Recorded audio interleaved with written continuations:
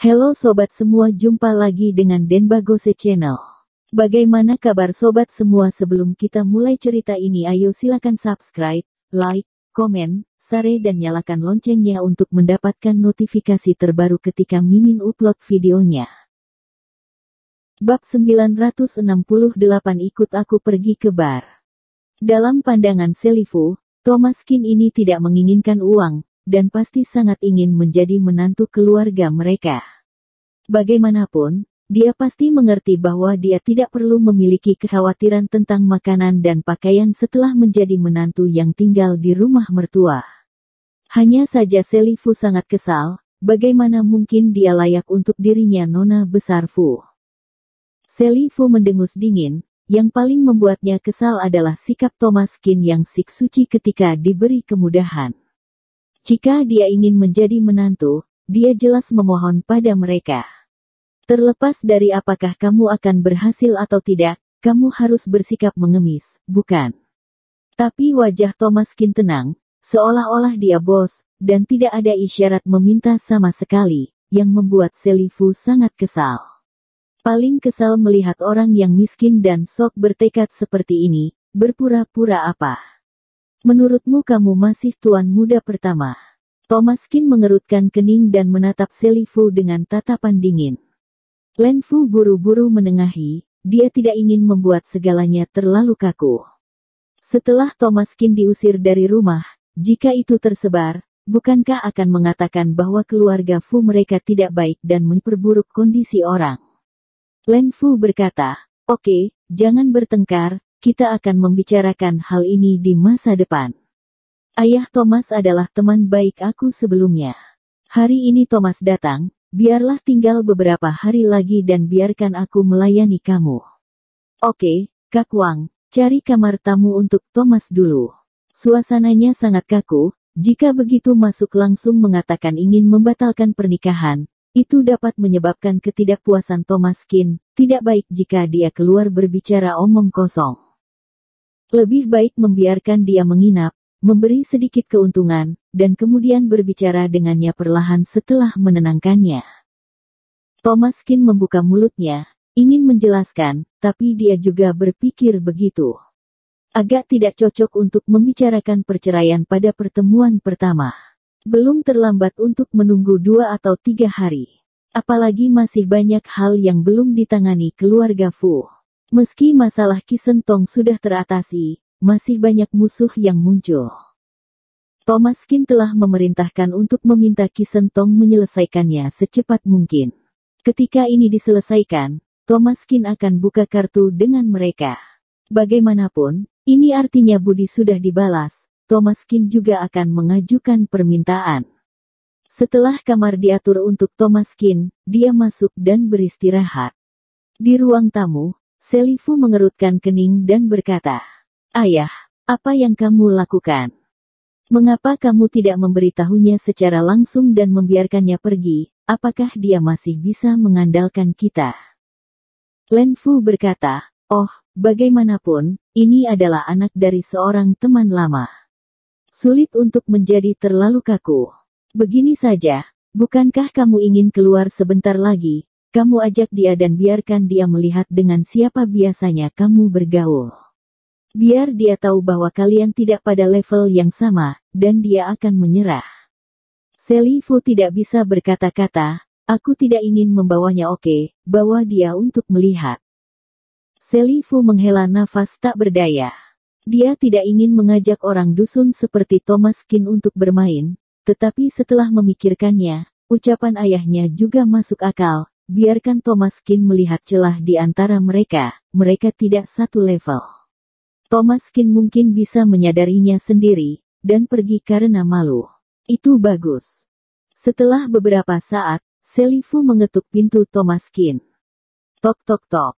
Thomaskin membuka pintu dan melihat wajah acuh tak acuh Selifu. "Elkuti aku ke bar nanti." Selesai bicara, Selifu langsung datang hanya untuk memberitahu Thomaskin. Dari sudut pandangnya, Selifu adalah gadis orang kaya, merupakan suatu kehormatan bagi Thomaskin untuk diajak pergi. Mana mungkin dia menolak. Namun, Selifu hanya berjalan beberapa langkah ketika dia mendengar suara acuh tak acuh Thomas Kin datang dari belakang. Tidak pergi. Selifu tertegun sejenak, lalu dia menoleh karena terkejut, tidak bisa berkata-kata. Yang bermarga Kin, apakah kamu diberikan muka sebelum kata, masih tidak tahu diri, diucapkan, Len Fu datang dan memelototinya. Dia tersenyum kepada Thomas Kin dan berkata, Thomas, kalian anak muda memiliki topik yang sama, senang bisa mengenal lebih banyak teman, dan aku tidak merasa tenang membiarkan Sally keluar sendirian pada malam hari, kamu ikut saja. Thomas Kin mengerutkan kening dan ragu-ragu, oke. Karena dia mengatakan itu, dia akan pergi bersamanya sekali, meskipun dia tidak ingin berpartisipasi dalam acara semacam itu, tetapi Raman Fu sudah berbicara, Thomas Kin masih ingin memberinya muka.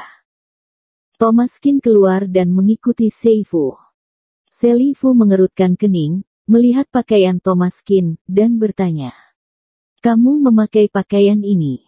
Ada apa dengan pakaian ini? Pakaian Thomas Kin semuanya adalah pakaian kasual kelas atas, semuanya dibuat sesuai pesanan khusus.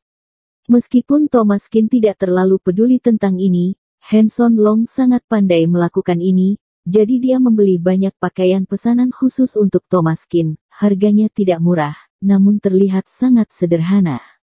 Diperkirakan secara konservatif bahwa pakaian Thomas Kin juga akan berkisar antara 7 hingga 80 ribu yuan, yang merupakan kemewahan bagi orang biasa. Tapi di mata Selifu, Thomas Kin hanyalah orang dusun, jika masuk ke bar, pasti akan memalukan. Lupakan. Thomas Kin tidak ada hubungannya dengan dia, jika dia ditertawakan oleh orang lain, tertawakan saja. Di depan pintu, Selifu menghampiri Audi R8 dan bertanya, bisakah kamu mengemudi? Ya. Kalau begitu kamu yang mengemudi. Selifu melempar kunci ke Thomas Kin dan duduk di kopilot seperti nona muda. Thomas Kin menggelengkan kepalanya tanpa daya, masuk ke dalam mobil, menyalakan mobil, dan pergi ke bar.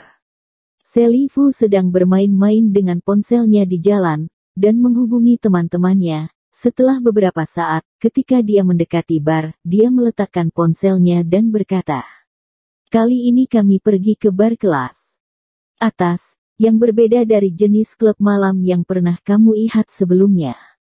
Tempat itu penuh dengan anak perempuan kaya dan muda. Sebaiknya jangan bicara omong kosong saat kamu datang, untuk menghindari menyinggung perasaan orang. Dalam pandangan Selifu, Thomas Kin adalah orang kaya dan muda 10 tahun yang lalu, dan dia masih hidup dengan pakaian dan makanan yang kaya, tetapi tingkat perkembangan sosial di tempat hiburan 10 tahun yang lalu jauh berbeda dari sebelumnya. Jadi kesan Thomas Kin bahwa kehidupan generasi kedua yang kaya mungkin masih 10 tahun yang lalu, dia mengingatkannya untuk menghindari Thomas Kin malu.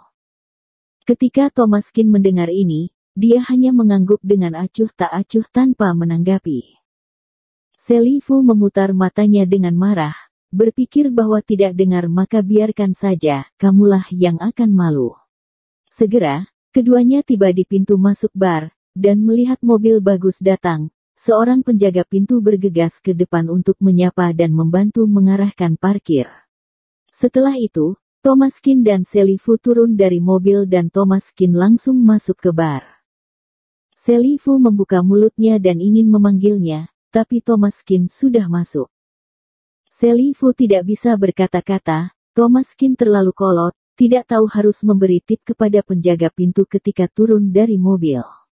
Orang miskin benar-benar tidak berhubungan dengan masyarakat. Selifu terpaksa mengambil uang 100 yuan untuk tip dan menyerahkannya kepada penjaga pintu, yang berulang kali mengucapkan terima kasih. Tentu saja, Thomas Kin tidak lepas dari berinteraksi dengan masyarakat, dia juga tahu aturan memberi tip ketika pergi ke tempat-tempat mewah seperti itu.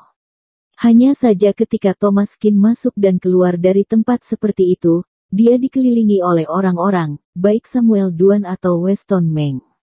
Kapan giliran Thomas Kin yang secara pribadi memberikan uang tip? Dia tidak punya kebiasaan itu.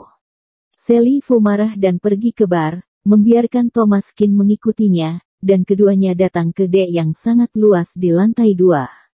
Sudah ada beberapa pria tampan dan wanita cantik yang duduk di dek, semuanya berpakaian glamor. Mereka terlihat seperti anak-anak orang kaya, dan ada beberapa arak kelas atas dan beberapa makanan ringan sederhana di atas meja.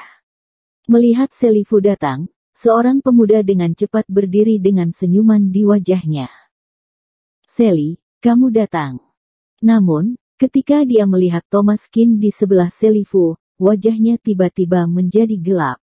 "Siapa kamu?" Bersambung. Terima kasih kepada kalian yang telah menonton video ini. Jangan lupa tekan tombol subscribe-nya dan nyalakan notifikasinya untuk mendapatkan video-video seru lainnya dari channel Denbagose.